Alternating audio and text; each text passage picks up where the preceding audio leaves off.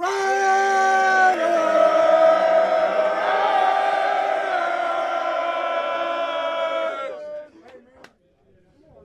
about that? How about that? How about that? Everything we talk about, ill intent, violence, physicality, execution, the will to win.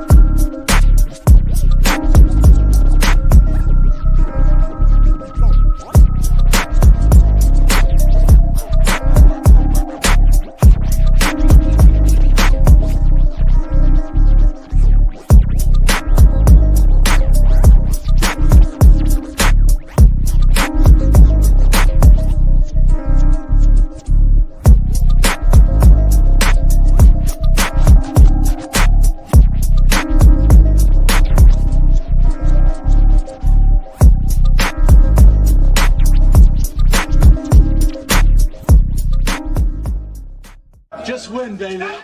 You are now about to witness the strength of street knowledge. What's up, nation? This is Ralf, as known as el Capitán Rafucho, and welcome to another episode of Straight Outta Nation. This is a Saturday morning tailgate before the game, before our last game of the regular season against Los Angeles Chargers.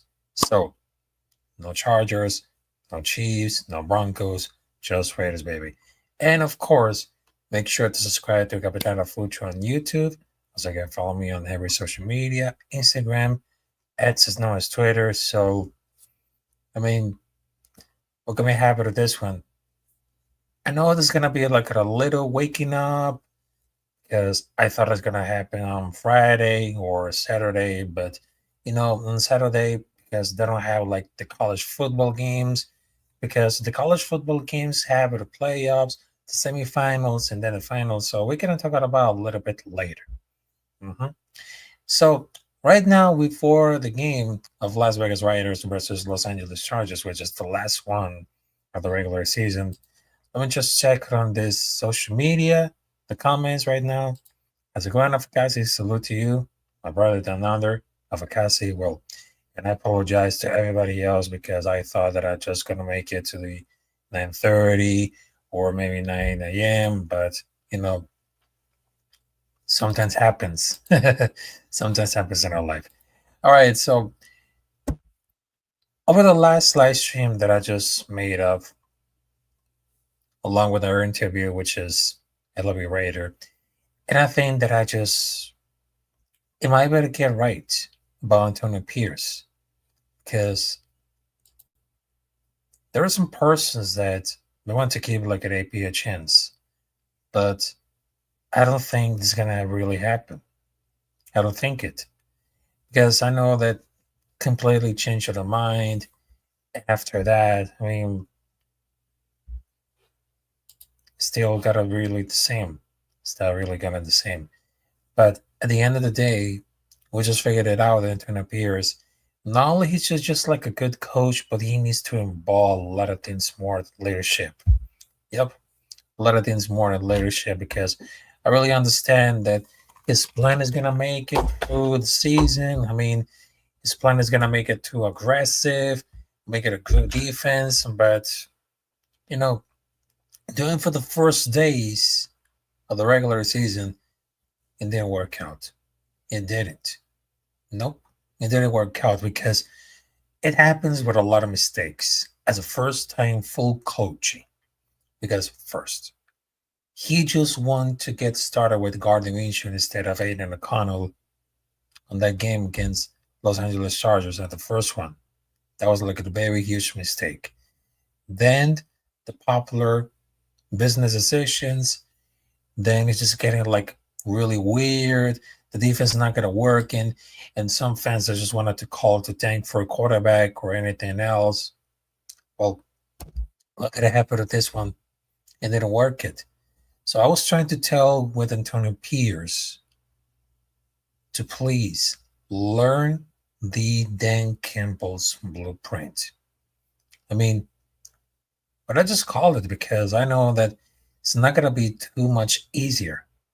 Because remember that I was told about this? Well, precisely,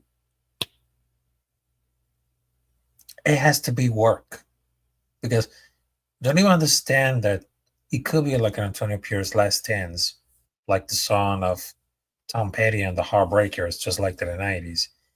But I think between for like this week against Los Angeles Chargers, it could be a lot crucial. But I have a weird feeling that if Mark Davis could be there and say, Antonio Pierce, I'm sorry, but you're fired. So not gonna be like a game changer at all. Because I understand that Mark Davis could be like so much realistic to take some good moments and some bad moments. And of course his haircut, which is totally not that very impressive. But what I was talking about, like the coaching around for the like last week, I mean, basically the one that gets sure to get a new coach. I mean, I personally, I would like to see like a Mike Rabel, for example. I mean, they're really looking sure to gain Mike Rabel for the Brady connection. I mean, this is like a proven head coach who finally ends instability on the position. If they don't, well, you might be gonna know about it.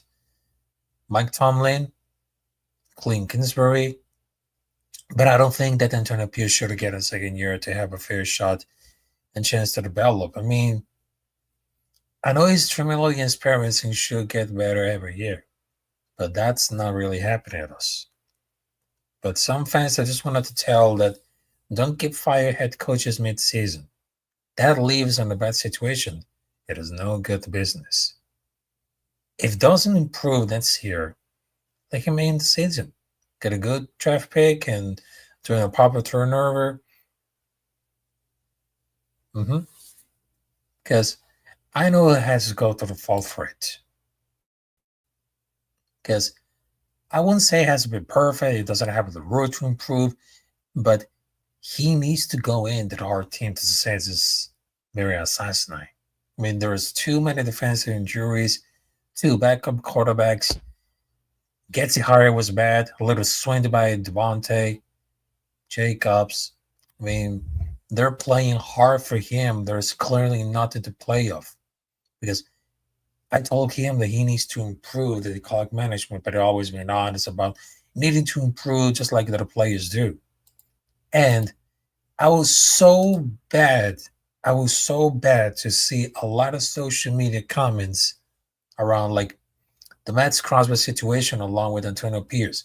I understand that Max Crosby, they have to take an opinion to Antonio Pierce, but before the end of the season, it became something like a nation debate. Hey, how's it going on, TC Solder? What up, bro? Salute to you. But I literally understand why the Max Crosby situation has to do with Antonio Pierce.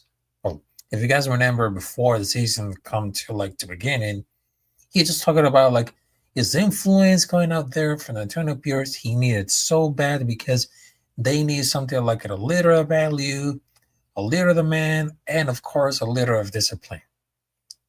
And somehow, some fans they just do it, some fans they just want to do it. But I really understand about the situation. and they're just really, really dragging it out. And it really hurts a lot. Really hurts a lot. But not only he just like, why have I had it again to the podcast talking about like getting a trade? But I really understand that he needs to come down and stop all the social media, because it's hard to get excited for an organization that doesn't have a clear strategy and keeps letting it down for after like giving 100% of the field will after week after week after week. Because let us not fix the quarterback problem, because I promise that somehow some of the players won't be around much longer after that. And what I would decide to say, no more guarantee money left on my contract. That matters to that team, not the player. And you just realize that you front load the deal. That's 2 years left of the contract. I don't know if he's gonna ball out or ball in, but he doesn't really come after this game to literally risk his leg to get back to the field last season. I mean, he gives more than anyone for the team, season after season after season, and now he has a table tantrum. I don't know, it has might be wrong for that. I don't know. But he was talking about like not having stability and losing players every season. I mean, he was letting everyone notice it might look if he wants to pay big, but also he doesn't want them to fire Antonio Pierce, and possibly the idea of asking a trade. So I was talking about this before, guys. If you want to trade to Max Crosby, I mean, that's a bad idea. Because I understand that Max Crosby became like the heart and soul of the defense. But some social media comments and even content creators are dragging them. That are just saying that he's not that really bigger than the Shield. Because I understand that a lot of Mets have his jersey right there. The players don't run the team. I mean, it's been like the downfall of Mark Tannera being too friendly or asking them for how they want. How's it going to be? I mean, if they're going to pay him, he deserves. But if he wants out, you get a haul of picks. But I don't think that in that case, it should be like a species of blackmailing. You understand about that? Blackmailing. Because I understand that the word blackmail, in between is like bribe.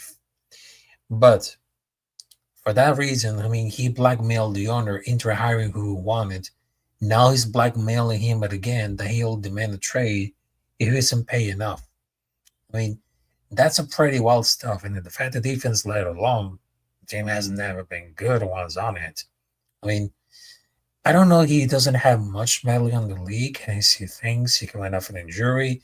Demanded to be the highest paid defensive edge on the league, and it's currently is like a me over the team guy. I don't think it's gonna be work well for himself. But some persons that don't want to buy this prima donna stuff. I agree that he wants to deserve a ring.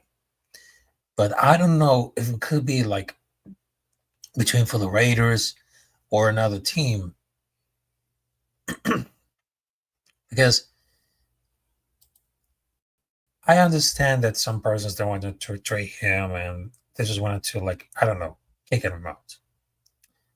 But whenever it comes to like the phrase committed to excellence, it doesn't get upheld when you win meaningless games with no answer at the quarterback and pretend you're building a winning culture. If Tom Telesco trade out this, he will be crying. If it doesn't, they will cry about not addressing the most important position, but at the same time losing for a better draft pick. I mean, Mass should ask for more money and shut us down. because he was obviously not the general manager he thought he was. And that's why he was really thought. He's not that even old, but you can see like sort of shot to even play on the playoffs, to going off the window out there. If we don't have like the miracle, I mean, probably they're going to start for a trade. Probably. How's it going? On the Sid Solder, Afakasi Raider, TMG11, Helale Yayo, it's Bombo Club. Thank you very much. But right now, just move on to the next topic, because after that, I was like listening to like around for like last week that I just taught along for like special interview, which is along with LB Raiders. So I'm gonna show a video, which is very interesting. All right, so you gotta check this out. This dude Brock Bowers is having a fucking legendary season, and he really turned it up on us, especially in the second half. Those last couple of drives, man. The guy seems unstoppable, man. I'm sitting here just watching every single snap of his, and he's finding ways to get open through. And everybody's there. Eyes are on him. Everybody's kind of like, oh, he's a rookie. And, everybody knows how good this guy is. He's a first round draft pick. He's literally been one of the best, if not the best tight end in college football since he was a freshman. The guy is an absolute beast, both as a route runner with the ball in his hands and making plays for in the run game. And it's showing up each and every single week, man. And it gets me excited to watch, the tight ends. All the young tight ends in the league, and how much of an impact they all make on their team, man. And he's definitely at the forefront. You see that? You see the video? That's why that maybe I just call it, because now we're just wondering why in the heck Travis Kelce is talking about Brock Bowers. Well, he gave this flowers. He gave this flowers to everything, because even know that we are the Raider Nation and we hate the Kansas City Chiefs. We hate Travis Kelce, but at the end of the day, he earned the right to give his flowers to Brock Bowers, because I really understand that Brock Bowers is just like a beast, and whatever it takes about it. I mean, I just wanted to give it like a comparison, because it has been called driving the comparisons larger than life. And for me, Brock Bowers became like something like a bulldozer. I mean, this is not like all right that the comparison to pass it at all. And he broke a lot of records, including Mike Dick's record, because there is no tight end of the football that has been better in the season than Brock Bowers. I got to tell you this, folks. There was no Sam Laporta. There was no Mark Andrews. There was no Travis Kelce. And even there is no George Kittle. I mean, it's the perfect role that has been held for most of his career, but nonetheless here, which suggests we could watch it like a torch being passed for the best tight end. And he's just very impressive, to at least like in catches, in yards. I mean, those numbers are putting out a rookie record, because undeniable, because his career is, it's so amazing to watch.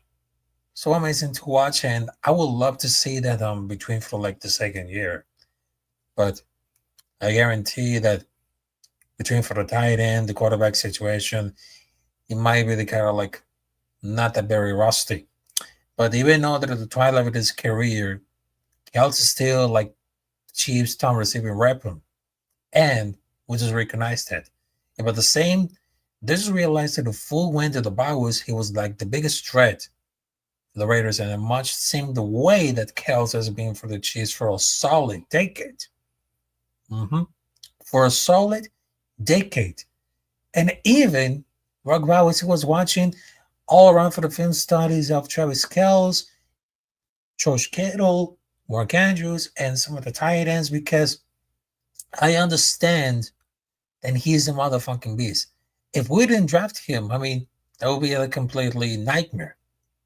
But some persons before getting drafted. I mean, they just got it out of the blind. I really understand about it. Because I had the first reaction to say another tight end. I mean, what in the fuck? But I just realized that Brock Bowers, it's very insane. It's just like a beast. I mean, there's nothing can beat. Nothing at all. Nothing. I mean, truly, because I have actually have a conversation on that point. I mean, certainly, they have a huge honor. They have made some opportunities to make it right. Because he just wanted to bulldoze like the offense. And some people that say that it's better than Kells. I mean, if they got like sticky hands and can easily bulldoze over David Kells, which is good, I mean, they also had to adjust the bait of targets he had. I mean, I'm pretty sure it's gonna really move it out. Because I know that some players got hurt, which means like more passes, but not to Mahomes. I mean, the connection doesn't seem like what it is to be, because I've been seeing compare between Tom Brady and Rob Gronkowski, but it's been seen like a lot of players can't do.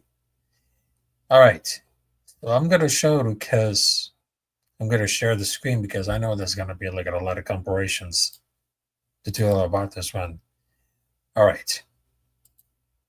So I know this is gonna be something interesting. So there you goes. All right, so here it is, ladies and gentlemen. Here is the comparisons, which is the fantasy, which is, whoops, there you go again. All right, so there is Brock Bowers and Travis Kelce. All right, on receiving, they have 108 receptions. Travis Kelce 97. In rushing, they have 5 attempts, and then Travis Kelce had only 1. Brock Bowers had 4 touchdowns. Travis Kelce had 3. And look at this one. Look at this one. Not only for the fantasy points, because he had more than 140, which Travis Kelce, they have 98. I mean, what can I do about this one? What can we do about it? What can we do? I mean, that guy is just like an enormous beast. Whoops. There he comes with it right now. But I love that Travis Kelce giving us flowers to Brock Bowers. But I'm very sure that it's going to be like really close enough. And what I'm just checking about like the social media comments, I mean, it seems that not many tight ends had many like luck at all. But it seems that between this first year as a rookie, it's very impressive to make it happen. I mean, currently at this point, had a run of the span of the body control, highly effective. I mean, even some persons, they compare it to Brock Bowers to George Kittle. I mean, move blocker. What can I tell you about this one? What can we tell it? What can we tell it? I mean, I know that I did at the ESPN. But they have something like a low 70 catch, which is clearly like the only choice. But I know they came like at the right zone. And obviously, this got it really right. Obviously, got it really right. And for that point, I mean, look at the Brock Bowers thing too. I mean, breaking all the records is an incredible. I mean, there's nothing going to stop it. And even George Kittle has been amazed. Has been surprised. I mean, they just how to play ball and have class. Yep, they have a lot of class. And even they just wanted to put it on this one. They just wanted to put it on this one. And not only he just really surprised at George Kittle and Drake McBride, which is truly amazing. But what I just said about it, Brock Bowers' career is incredible. Amazing. A true legend. Legendary. I mean, how could I say that about it? This is like the first year as a rookie. But I just wanted to tell you, the second year will be much, much better. Not only breaking the records, but hopefully he's going to get like a one ring with the Raiders if they got enough guts for that. Yep. If they get enough guts for that. All right, so ladies and gentlemen, I just wanted to leave like another topic of talking about it because I know that I have like, I don't know, 11 o'clock and maybe I have so much time. Well, here's one thing that I just wanted to get involved with this one. Before the game of Las Vegas Raiders versus Los Angeles Chargers, it doesn't seem like they had to do. I mean, it seems they had to go for like an impact to get everything. And this is wanted to need like a 180 yards to tie the record low of 80-81 set of 1997. But I guarantee that between for like the game of Las Vegas Raiders versus Los Angeles Chargers, hey, how's it going against the fence? Salute to you. Salute to you. Good morning. Good morning.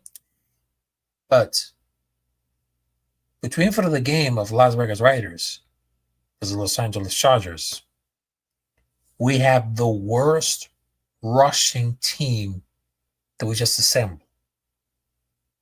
Not only the running backs room is getting worse, but the rushing yards is the worst thing.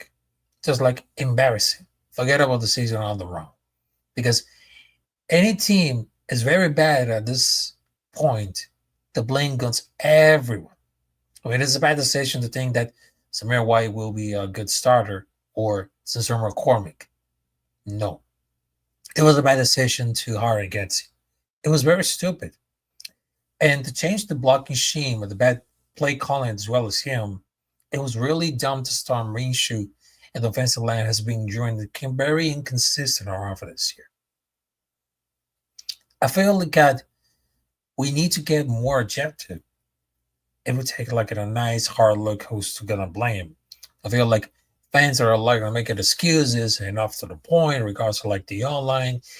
They look like, I don't know, terrible. Because I don't see holes like in previous years, and I don't feel like there's like a strange or strong point front off. I mean, I don't really, it's like a lack of respect for the passing game has been doing for the past. I mean, defense has no problem stopping him under the box with two high safeties. It hasn't happened either. The play calling hasn't been helping either at all. I mean, that's crazy. Even they're taking a rushing for the past few weeks. The Russian attack, it became a failure on the blocking scheme. It was crazy to watch.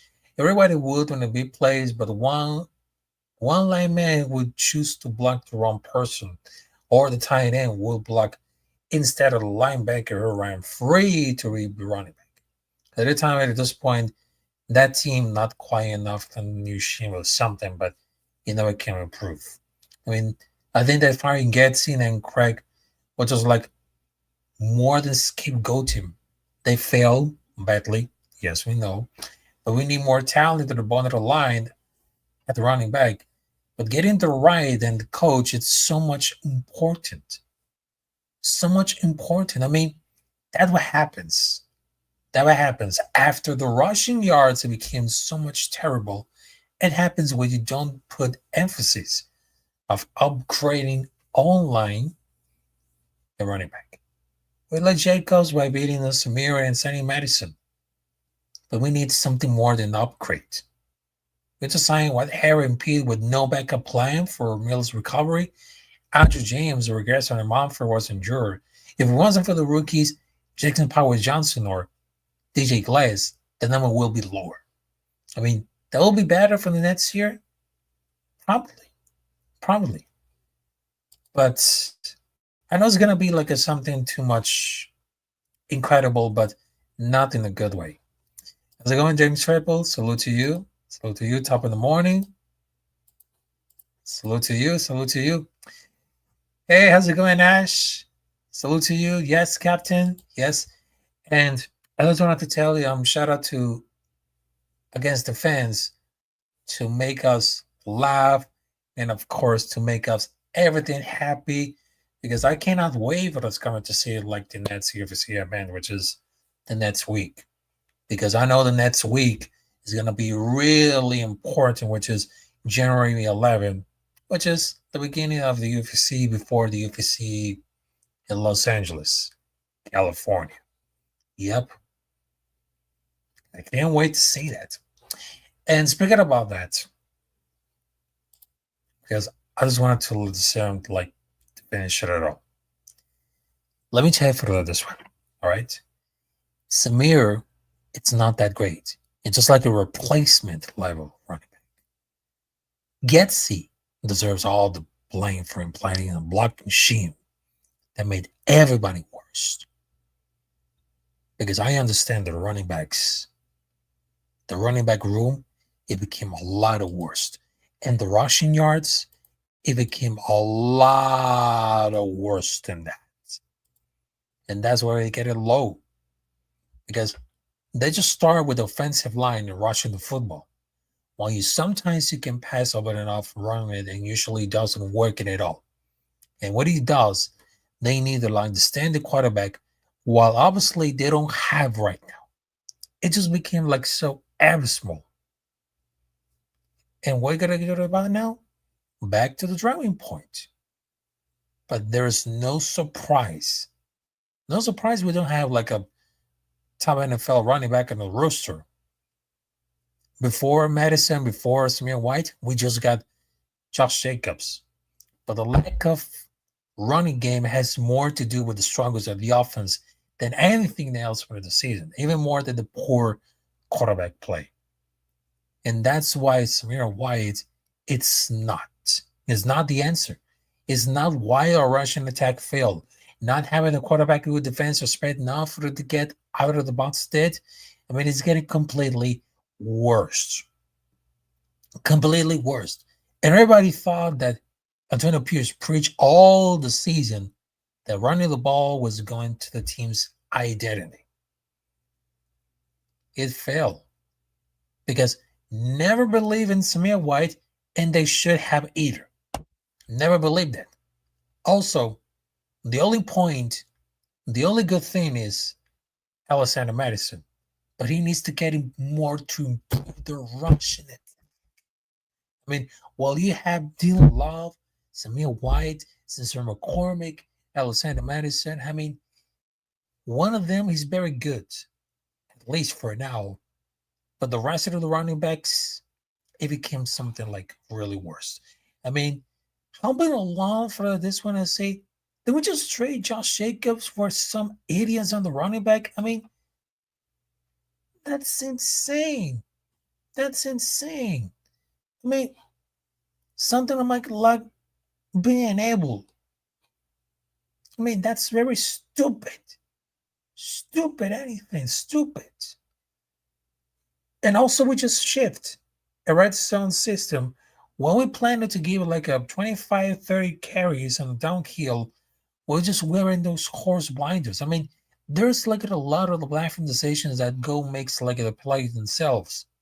But he's not in it. He's not in it. Even at the worst of the situation,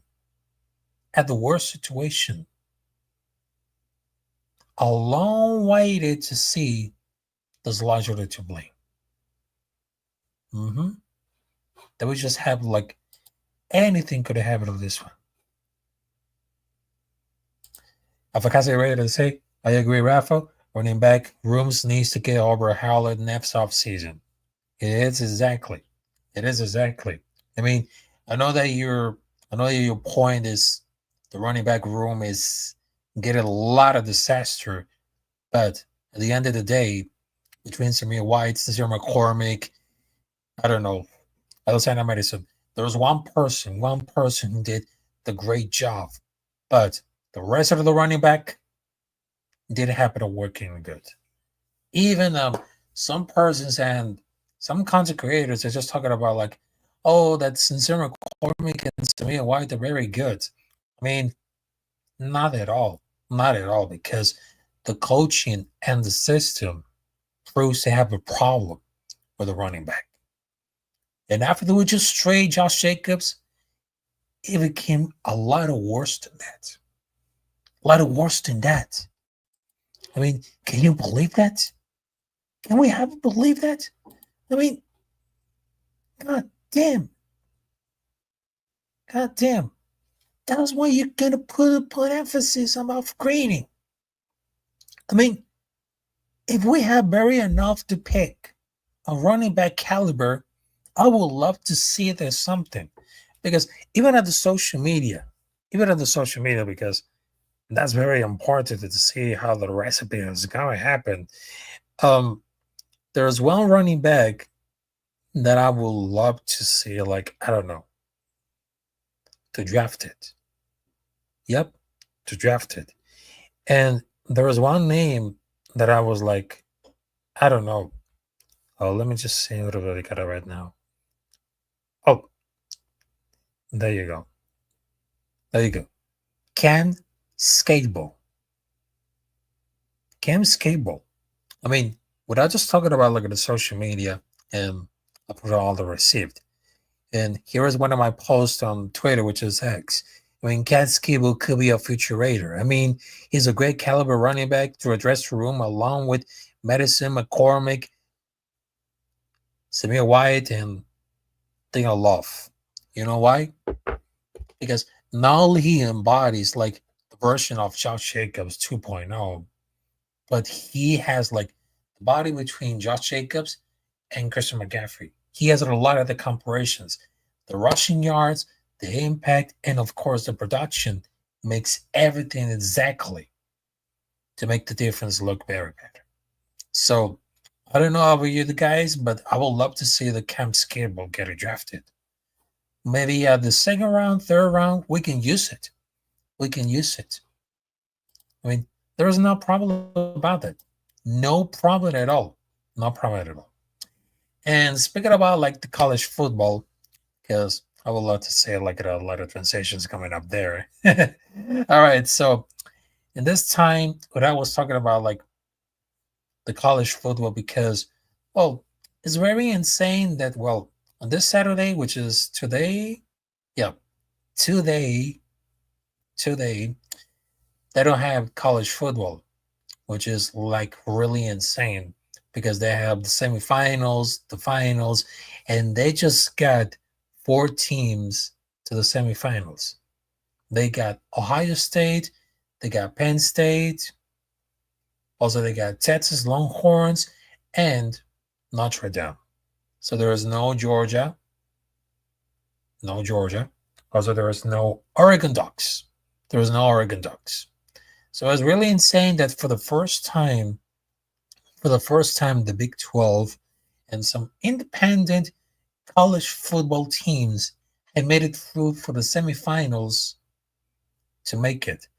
I mean, that was like, wow, unbelievable. I mean, and between for this one, I mean, I'm even thinking about it, this one, because I have like some predictions of the finals.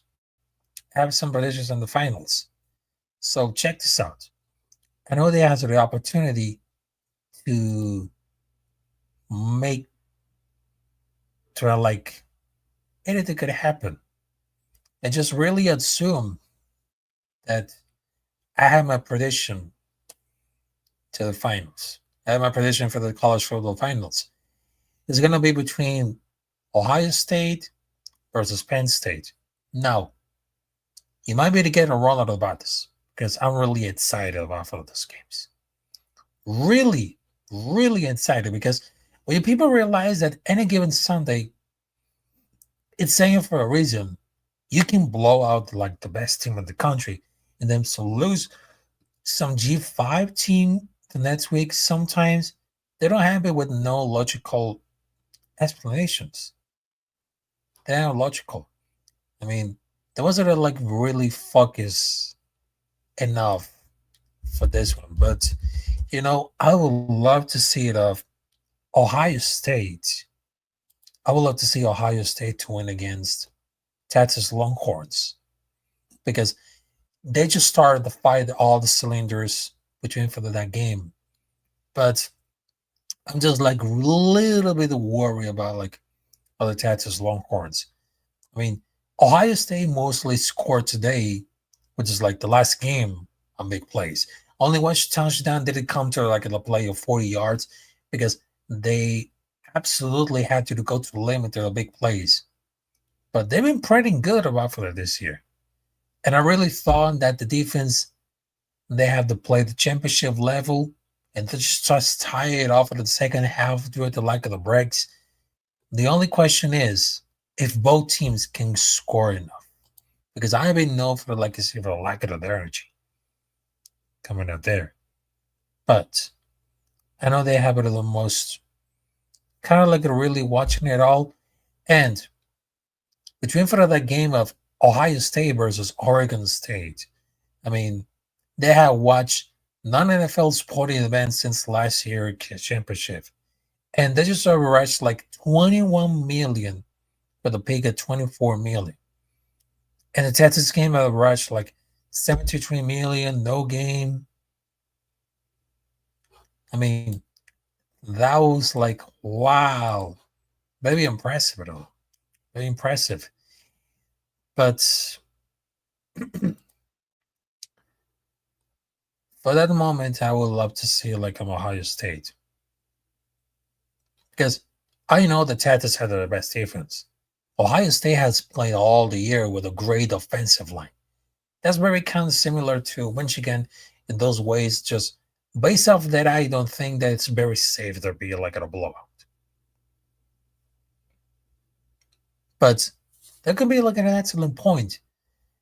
Because I know that Ohio State, even though that I hate Ohio State, because I know the rivalry between Michigan Wolverines versus Ohio State Buckeyes. But Ohio State has better players than Texas Longhorns. Ever see like almost for the players of Texas Longhorns? I mean, most of them, they were great. Most of all, they were not that very great. I mean, Texas Longhorns, it became like something like Colorado 2.0. They have like really hyped up quarterback, which is Queen Evers. And they shouldn't make it up to this far. They shouldn't. Because they outplayed Texas the whole game, which for the last game against Arizona State University. Because they got some luck at the breaks. But I understand that Ohio State will beat the brakes of Texas. It depends on what version is it. Because it might be something like the defensive, the quarterback, the wide receiver, the running back, and even the tight end. It could be something very impressive at all. I mean, there's nothing to worry about it. Nothing. I mean, there's nothing to worry about it. And, what they need to do about it. What they need. Because they just want to know they have it pretty good for this year. I mean, I thought Ohio State, they have like, they has to it. But Texas defense has been like the problem. They spent almost for like 3 or 4 quarters on the defense on the field. I mean, the offense has to be going for like a late sustain for like some drives and get off the field at halftime.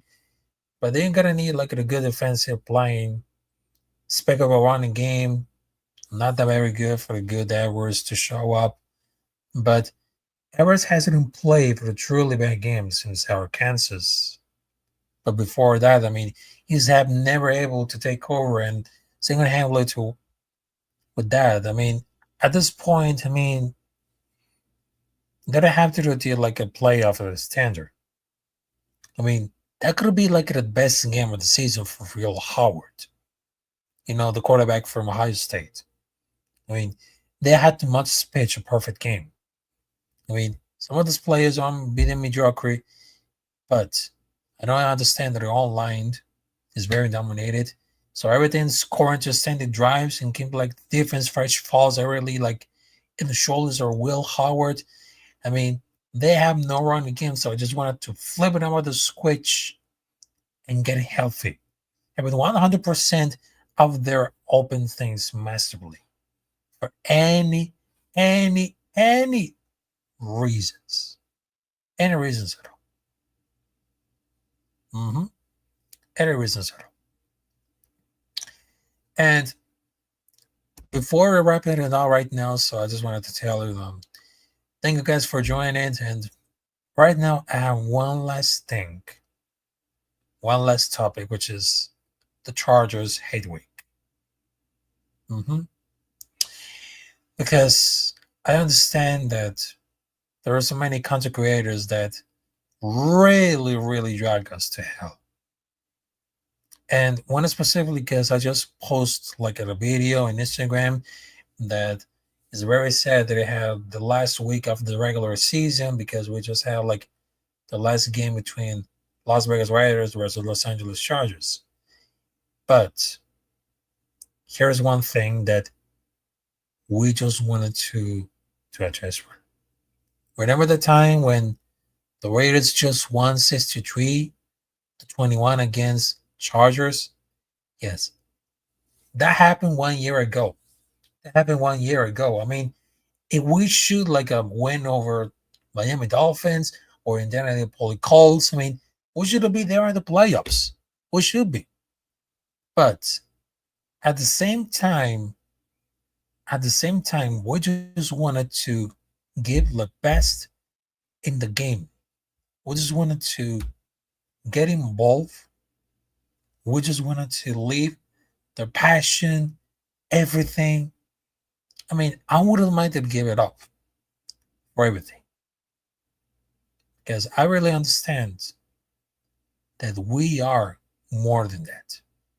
We are more than that. And there is nothing to really step us to the game. There could be anything. But check this out. I know there's some Chargers fans. They wanted to hate us. But we really think that we just wanted to be the Chargers. I mean, I kind of like it not that really important thing at all. But,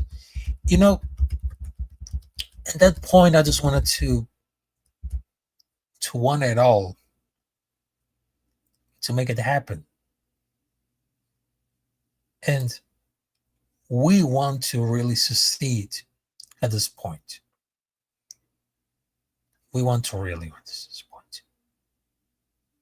And also, I wanted to tell it about this one.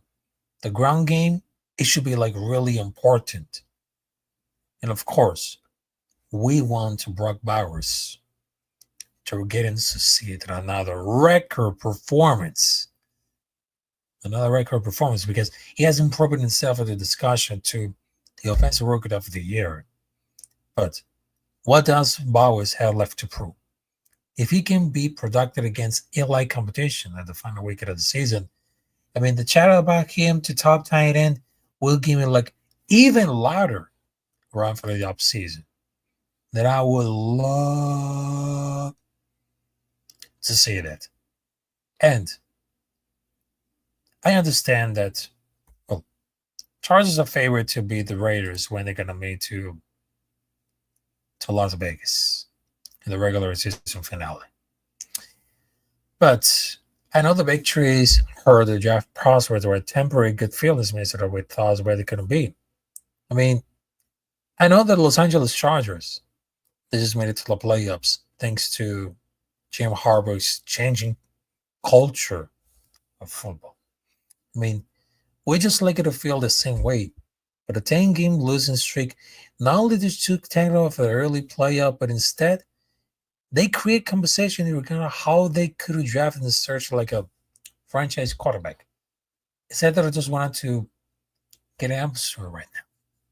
But if we want to like a resurgence, there's 3 keys that I would love to see it. First, Brock Bowers' impressive game. Number 2, more production on the defense. And of course, number 3, we need to get out of Lat McConaughey.